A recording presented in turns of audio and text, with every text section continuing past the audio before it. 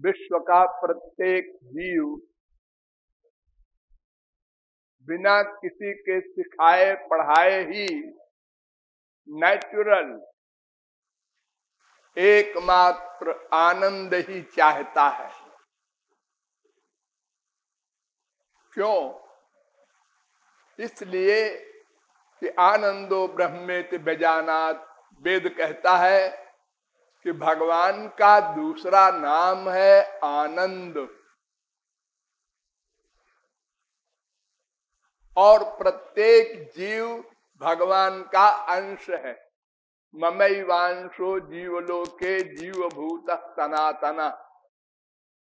इसलिए प्रत्येक जीव आनंद का अंश हुआ और आनंद का अंश होने के कारण केवल आनंद ही चाहता है। कोई भी मतावलंबी हो, वृक्ष से लेकर ब्रह्मा तक, सब केवल आनंद चाहते हैं और सब आनंद के दास हैं, सेवक हैं। जीवेर स्वरूप है कृष्णेर नित्य दास। गौरांग महाप्रभु ने कहा कि प्रत्येक जीव श्री कृष्ण का दास है, क्योंकि आनंद का दास है। आनंद के लिए प्रतिक्षण हम लोग प्लानिंग, प्रैक्टिस करते रहते हैं। जितना संसार हम इकट्ठा करते हैं केवल अपने आनंद के लिए, माँ से, बाप से, भाई से, स्त्री से, पति से, अनेक सामानों से अपना आनंद चाहते हैं, अपना आत्मा का आनंद, केवल अपना आनंद। सुर नर मुनि सबकी यह रीति, कोई हो तो आनंद रूपी भगवान का अंश है जीव, इसलिए आनंद का दास है। इसलिए सेवा करता है प्रत्येक व्यक्ति, अपनी सेवा। वो सेवा दो प्रकार की होती है, एक फिजिकल, एक स्पिरिचुअल। अर्थात एक शरीर संबंधी, एक आत्मा संबंधी। बस जो शरीर संबंधी ही सेवा करता है वो बुद्धू है, और जो आत्मा संबंधी सेवा करता है वो बुद्धिमान है। इतना सा अंतर है। सेवा सब कर रहे हैं, करना पड़ेगा, और कुछ कर ही नहीं सकते, क्योंकि हमको आनंद चाहिए। आनंद के लिए हम प्रयत्न करेंगे। अब बुद्धि ने जैसा कहा, यहां आनंद है, वहां भाग पड़े। फिर बुद्धि ने कहा यहां नहीं है, यहां है, वहां भाग पड़े। बस आनंद के लिए हम भागते फिर रहे हैं। आत्मा का आनंद भगवान से ही मिलेगा। शरीर का आनंद संसार से ही मिलेगा। दोनों अलग अलग सब्जेक्ट हैं। आत्मा भगवान का अंश है, इसलिए आत्मा का आनंद परमात्मा से मिलेगा। और शरीर माया का बना है और संसार माया का बना है, इसलिए शरीर का सब्जेक्ट संसार है। ये जो 5 ज्ञानेंद्रियां हैं, इनका जो सब्जेक्ट है शब्द, स्पर्श, रूप, रस, गंध, हम यही तो चाहते हैं संसार से। लेकिन हम ये भूल जाते हैं कि हम शरीर नहीं हैं, आत्मा है। हम बोलते भी तो हैं, हमारा शरीर कमजोर हो गया, हमारा शरीर बूढ़ा हो गया, हमारा मन खराब हो रहा है, हमारी बुद्धि बिगड़ गई, ये सब हमारे हैं। जो हमारा है वो हम नहीं हो सकता। ये तो हम का है ना, हमारा है। ये हम कौन है? जो हमारा ना हो वो हम है। वो हम है आत्मा, जीव, जो शरीर छोड़ने के बाद जब चला जाता है तो हम इस शरीर को मिट्टी कह देते हैं और बड़े बड़े प्यार का दावा करने वाले माँ बाप बीबी पति घर से बाहर निकाल देते हैं। मर गया, हाँ बाहर बाहर, घर के बाहर ले जाओ तुरंत। अब उसकी इंपॉर्टेंस जीरो हो गई। तो वो जो निकल गया तो आत्मा है, जीव है। उसका जो लक्ष्य है वो भगवान की सेवा। तो आध्यात्मिक सेवा नंबर 1, संसार की सेवा नंबर 2। संसार की सेवा से संसार मिलेगा, भगवान की सेवा से भगवान मिलेंगे। बड़ा अलग अलग सब्जेक्ट है दोनों, तीसरी कोई चीज नहीं। एक जीव, एक संसार, एक भगवान, 3 तत्व है अनाद्य अनंत। तो जीव के लिए 2 तत्व बचे, एक भगवान एक माया, माने संसार। तो संसार ब्रह्मलोक तक है। स्वर्गलोक आप लोग नाम सुनते हैं ना, वहां भी माया है, वहां भी आत्मा का आनंद नहीं है। आत्मा का आनंद केवल श्री कृष्ण के पास है, भगवान के पास है। तो इस प्रकार सेवा भी 2 प्रकार की हो गई, एक संसार की सेवा, एक भगवान संबंधी सेवा। और सेवा करना पड़ेगा सबको। कोई अपने शरीर संबंधी नातेदारों की सेवा करे, माँ की, बाप की, भाई की, बीबी की, बाल बच्चों की, और कोई भगवान संबंधी सेवा करे, करना पड़ेगा। तो इसमें एक बार ब्रह्मा के पास उनकी 3 संतान गई, देव, मानव, दानव। और ब्रह्मा से कहा कि पितामह जी उपदेश दीजिए कुछ। तीनों बैठे थे तो ब्रह्मा ने तीनों की ओर देखा और कहा दा दा दा, और चले गए। हो गया लेक्चर,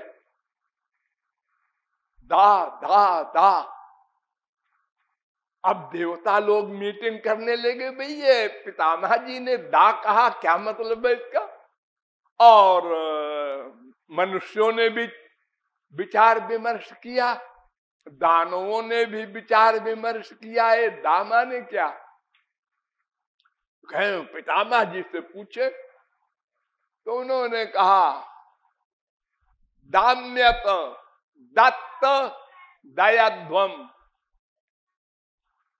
देवताओं से कहा कि तुम लोग इंद्रियों पर दमन करो, स्वर्ग में बहुत सुख होता है ना। तो सब देवता विषयी हो गए, भगवान को भूल गए। और मनुष्यों से कहा देखो तुम नंगे आए थे इस संसार में, और शरीर भी धरा लिया जाएगा यहीं पर, निराकार जाओगे। तो यहां तुमको जो कुछ मिले वो भगवान का मानो, अपना न मानो। दान करो, दान करो। दत्त और दानवों से कहा कि तुम लोग अपने स्वार्थ के लिए हिंसा करते हो, मर्डर करते हो, दया करो, दया करो, नहीं 84 लाख में घूमोगे। तो हम लोगों के लिए पितामह ने उपदेश दिया कि दान करो। तुलसीदास ने भी लिख दिया, प्रकट चारि पद धर्म के, कालीमह एक प्रधान, ये न के न विधि दान, दीनऊ दान करई कल्याण। दान से कल्याण होगा। जिसके पास धन है वो दान करो, और धन सबके पास है। कोई बिल गेट्स है, कोई खाली करोड़पति है, कोई लखपति है, कोई हजारपति है, किसी के पास 10-20 पैसा है, भिखारी है सबके पास। सब कपड़ा पहनते हैं, सब रोटी खाते हैं, तो कुछ न कुछ तो सबके पास है। उसी में से अंश का दान करो। गरीब का 1 पैसा अमीर के 1 अरब के बराबर है। भगवान के यहाँ संख्या नहीं देखी जाती, ये देखा जाता है कि तुम्हारे पास कितना है टोटल। 10 करोड़। दान कितना किया? 100 रुपया। अच्छा, इतने मक्कार हो। बाकी का क्या हुआ? वो नाती पोता के लिए छोड़ के मर गए। वो और आवारा हो जाएंगे जिनको छोड़ के तुम मर गए हो, क्योंकि उनको पका पकाया मिलेगा। तो वो क्यों मनुष्य बने रहेंगे? तो दत्त बार बार उपदेश करते हैं। वेद व्यास से पूछा एक ने कि कोई दरिद्री क्यों होता है और कोई बड़ा अमीर क्यों हो जाता है? एक मामूली पढ़ा लिखा, हाई स्कूल भी नहीं और अरबपति है, उसके यहाँ नौकर चाकर हैं, बड़े बड़े क्वालिफाइड लोग। हाँ, ऐसा क्यों होता है? तो ब्रह्मा ने कहा कि तदानाच भवे दरिद्री, दरिद्र भावाच करोति पापम। जो मानव देह पाकर और प्रारब्धवश धन पा लेता है, अधिक अपनी आवश्यकता से अधिक, भगवान ने बड़ी चालाकी की है, सबका पेट बराबर बनाया है। बल्कि भिखारी ज्यादा खाता है पैसे वालों से। पैसे वाला 2 रोटी खाएगा, भिखारी 10 रोटी खा लेता है। तो अब जब अधिक हम खा नहीं सकते तो पैसे का क्या करेंगे? उसको इकट्ठा करेंगे। दानम भोगो नाशः, तिस्रो गतयो भवन्ति वित्तस्य। पहली गति दान, दूसरी गति भोग, तीसरी गति इकट्ठा करके छोड़ जाओ। ये 3 गति है धन की। तो जो न ददाति न भुंगते, तो तीसरी गति फिर उसकी होगी 84 लाख योनियों में घूमना। तो ब्रह्मा ने कहा कि जो दान नहीं करेगा, अपने शरीर की आवश्यकता की पूर्ति तक का मनुष्य भगवान के कानून के अनुसार अधिकारी है। उसके आगे उसके पास जो है उसको दान करना चाहिए। बस ये कानून है। अधिकम जो अभिमन्येत सस्तेनो दंडमर्हति। अगर कोई नहीं करता दान तो दरिद्र होगा अगले जन्म में, फिर पेट के लिए पाप करेगा, चोरी करेगा, डकैती करेगा और फिर पाप करने से नरक जाएगा। तो ये तमाम प्रकार का वैषम्य जो संसार में दिखाई पड़ रहा है इसीलिए है कि हमने अपनी ड्यूटी का पालन नहीं किया। एक ने खूब दान किया, अगले जन्म में करोड़पति हो गया बिना परिश्रम के। अरे आजकल तो लॉटरी भी खुल जाती है 1-1 करोड़ की। उसने कौन सा परिश्रम किया कमाने में? और कमाने में भी एक आदमी दिन भर लगा है, रात भर लगा है, घाटा हो गया, दिवालिया हो गया। और एक व्यक्ति मटर गश्ती करता रहता है और व्यापार भी करता है तो करोड़पति हो जाता है। ये पूर्व जन्म की कमाई मिलती है। हमने पहले दान दिया है तो इस जन्म में भगवान उसका फल देते हैं। हमको अगले जन्म के लिए सोचना चाहिए और सोचकर दान करना चाहिए। लेकिन दान 4 प्रकार का होता है। तामसी व्यक्ति को दान करोगे नरक मिलेगा। ये लो, हमने दान भी किया और हमको नरक भी मिलेगा। हाँ, गलत पात्र में किया दान और उसने उस पैसे का दुरुपयोग किया तो तुम भी शरीक हुए अपराध में। और अगर राजसी व्यक्ति को दान करोगे राजसी फल मिलेगा। सात्विक व्यक्ति को दान करोगे तो स्वर्ग मिलेगा। ये तीनों नश्वर हैं। और अगर भगवान के निमित्त दान करोगे तो भगवत कृपा मिलेगी, भगवान की वस्तुएं मिलेंगी, यानी दिव्यानंद मिलेगा, भगवान का लोक मिलेगा। दान के ही फल से हरिश्चंद्र वगैरह महापुरुष हो गए, गोलोक में चले गए केवल दान करने से। बाल बच्चे भी दान कर दिए। बलि वगैरह बड़े बड़े दानी हमारे इसी भारत में हुए हैं, खाली दान के बल से, कोई तपस्या नहीं की। तो जो भगवान के निमित्त दान है वही सर्वोच्च है, उसी से हमें लक्ष्य की प्राप्ति होगी। इसलिए जहां तक हो सके भगवान के निमित्त ही दान करना चाहिए। भले ही हम 1 रुपया दान करें, गलत पात्र में दान न हो, अपनी प्रतिष्ठा के लिए दान न हो। आजकल ऐसा भी होता है, हमारा नाम खुदवा दीजिए हम 50 लाख देंगे। हाँ, ये बीमारी है हम लोगों को। मंदिरों में आप देखते होंगे पत्थरों पर नाम लिखे रहते हैं, बाप के बाप के बाप के नाम। ये सब बैकुंठ जाएंगे। अगर दान करके और आउट कर दिया तो दान का फल नहीं मिलेगा। एक इंद्र, स्वर्ग का राजा इंद्र, बड़े बड़े ऋषि मुनियों को पालकी में लगाया कहार बना करके।